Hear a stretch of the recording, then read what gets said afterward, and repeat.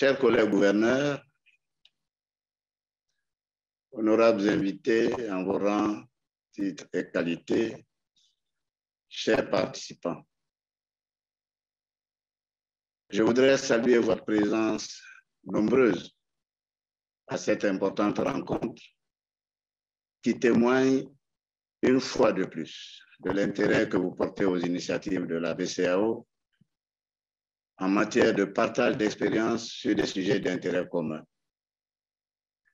Je remercie tout particulièrement les banques centrales partenaires dont la présence confirme l'excellence de la coopération entre nos institutions. Nous sommes réunis aujourd'hui pour le lancement de l'édition 2021 du programme conjoint COFEB HEC Paris de renforcement des capacités managériales des dirigeants du secteur bancaire et financier. Ce programme s'inscrit dans le cadre de l'accompagnement que la Banque centrale a jugé opportun d'apporter aux acteurs de cet écosystème, en particulier dans le contexte de la crise sanitaire de la COVID qui se prolonge.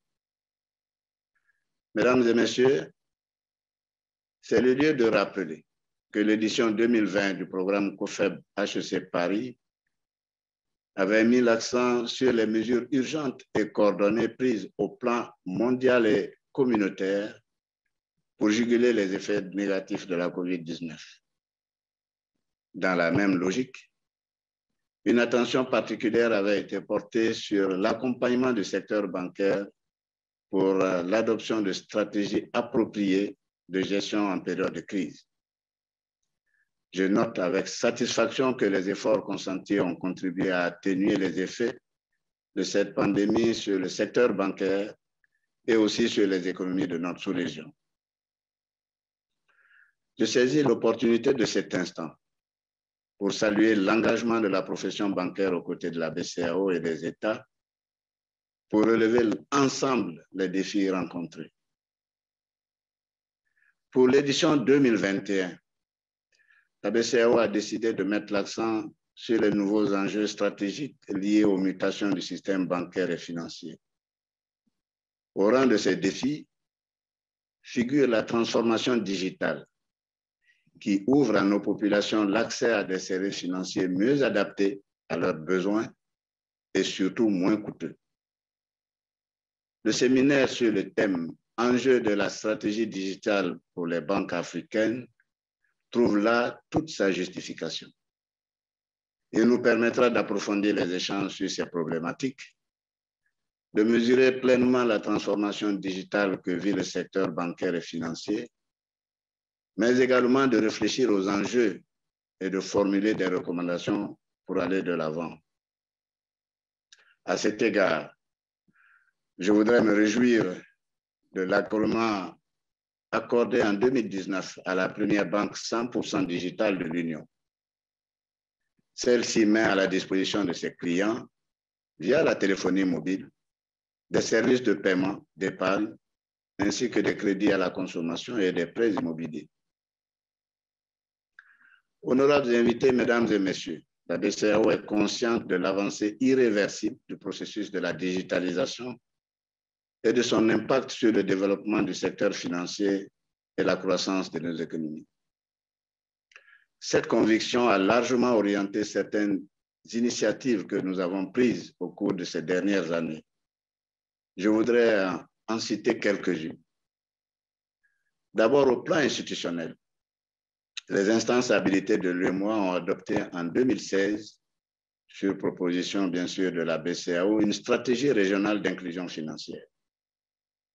Le troisième axe de cette stratégie, consacré à la promotion des innovations favorables à l'inclusion financière, met l'accent sur la généralisation de l'offre des services financiers digitaux comme moyen de parvenir à l'accès universel. Pour relever ce défi, le système bancaire de l'Union est appelé à développer des partenariats avec les entreprises de FinTech, tout en veillant à la protection des consommateurs, à la qualité des services et à la sécurité des transactions. C'est dans cet esprit que la BCEAO a créé récemment un comité interne dédié aux FinTech. Ensuite, au plan réglementaire, nous avons édicté déjà en 2015 une instruction qui élargit les privilèges d'émission et de gestion de la monnaie électronique dans les pays de l'UEMOA à des acteurs non bancaires créés et agréés à cet effet. Cette activité était jusque-là réservée exclusivement aux seules banques. Je tiens à souligner ici qu'à la faveur de ces mesures, le taux d'inclusion financière dans notre union est passé de 22% en 2010 à près de 63% en 2020. Cette forte progression est imputable à la digitalisation des services financiers, notamment par le biais de la téléphonie mobile.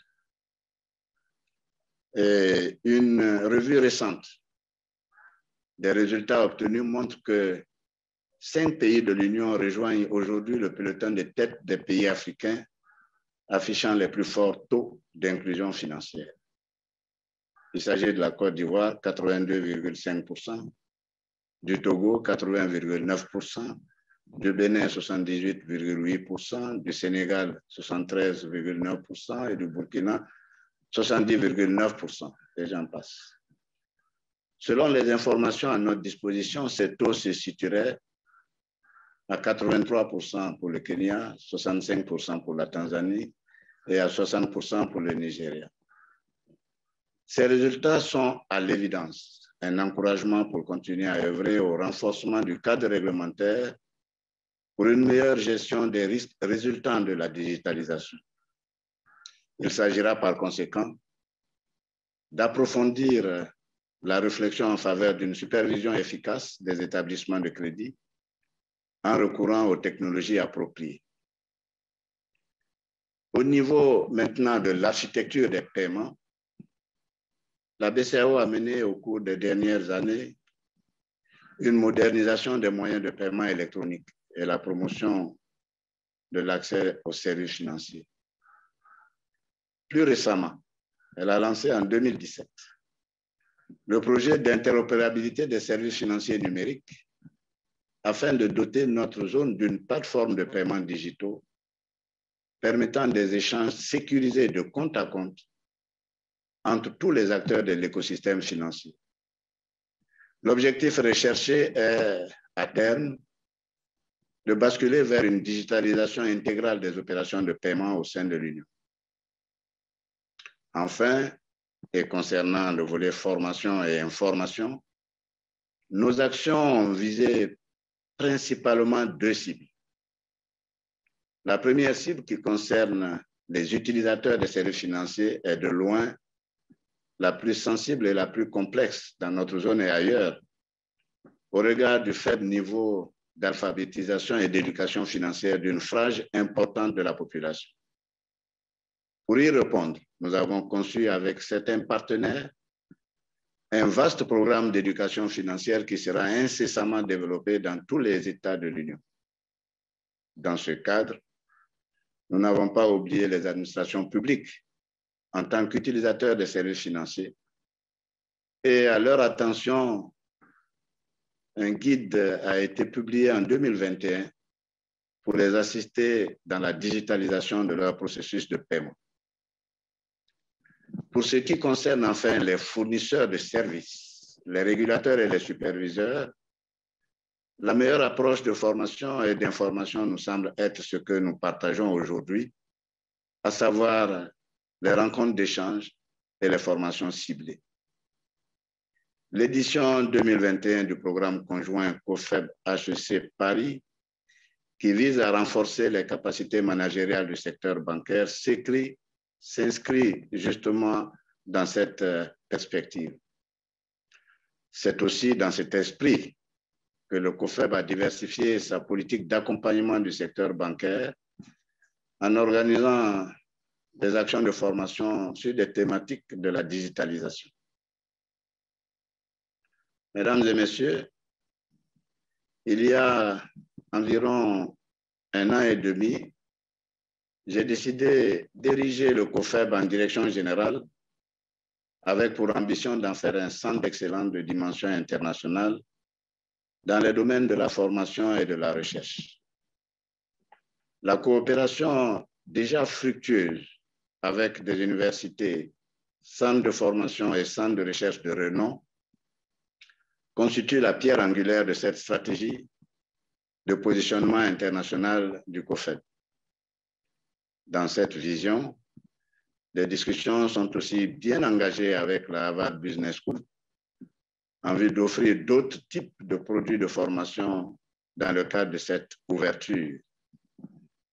Naturellement, l'école HEC Paris, avec laquelle nous travaillons depuis plusieurs années, fait partie de nos partenaires privilégiés dans cette nouvelle dynamique. C'est le lieu d'exprimer toute ma satisfaction et de remercier les responsables de cette grande école de renommée internationale pour la qualité de leur contribution aux actions d'accompagnement que nous mettons en œuvre au profit du système bancaire de la zone. Ce partenariat fructueux, engagé entre COFEB et HEC Paris depuis plus de 8 ans, a permis de certifier à ce jour plus de 2800 cadres de banque à la grande satisfaction de la profession bancaire. Je demeure convaincu que les parcours certifiants proposés cette année contribueront à améliorer durablement les aptitudes des institutions financières qui voudront bien inscrire leurs cadres. Je vous invite donc à vous inscrire et à rejoindre les différents parcours qui vont être présentés par les représentants du COFEB et du HEC Paris. Comme à l'accoutumée, la BCEAO a décidé cette année encore de dégager une enveloppe spéciale destinée à subventionner les coûts des formations. Cela a permis de réduire de moitié les tarifs proposés comparés à ceux du catalogue de HEC Paris. Honorables invités, mesdames et messieurs, en vous réitérant ma satisfaction de vous voir participer activement à ces échanges, je déclare ouvert ce séminaire international sur le thème « Enjeux de la stratégie digitale pour les banques africaines ». Et je vous remercie de votre bienveillante attention.